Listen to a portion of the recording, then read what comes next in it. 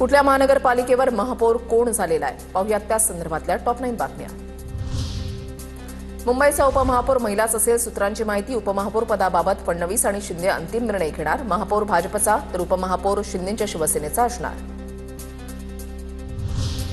ठाण्यामध्ये महापौर उपमहापौरांची निवड। शिंदेच्या उपस्थितीमध्ये ठाण्याचा महापौर आणि उपमहापौर विराजमान।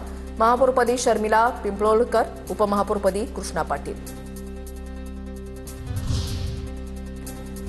कल्याण डोंबिवलीमध्ये महापौरपदी शिवसेनेच्या हर्षाली थविल तर भाजपच्या उपमहापौरपदी राहुल दामले यांची निवड।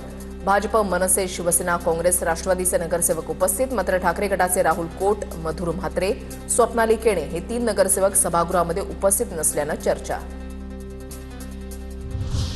वसई विरार महापालिकेच्या महापौरपदी अजीव पाटील यांची निवड। अजीव पाटील यांना 71 तर भाजपच्या दर्शन त्रिपाठी यांना 44 मतदान, त्यामुळे बवियाच्या अजीव पाटील यांची महापौरपदी निवड। मीरा भाईंदर महानगरपालिकेमध्ये महापौरपदी भाजपच्या डिंपल मेहतांची निवड। पदभार स्वीकारला। मी महाराष्ट्राची मुलगी आहे आणि या जनतेने मला प्रतिसाद दिलाय। डिंपल मेहतांची प्रतिक्रिया। मराठी महापौराच्या मुद्द्यावरून मराठी एकीकरण समिती आणि मनसैनिकांचं आंदोलन। उल्हासनगर महापालिकेमध्ये महायुतीचा भगवा झेंडा फडकला। शिंदे गटाच्या टीम ओमी कलानीच्या महापौर अश्विनी निकम तर भाजपकडून उपमहापौर अमर लुंड यांची निवड। महायुतीचा 1.25 वर्षांचा फॉर्म्युला ठरला।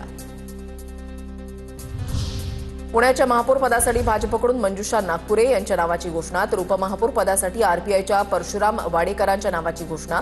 9 तारखेला महापौरांची निवड होणार। पुण्याच्या उपमहापौर पदावरून मुख्यमंत्री फडणवीसांचा चंद्रकांत पाटलांना फोन। पुण्याचे उपमहापौर पद आरपीआयला देण्याच्या सूचना। नगरसेवक परशुराम वाडेकरांना उपमहापौर करण्याच्या सूचना।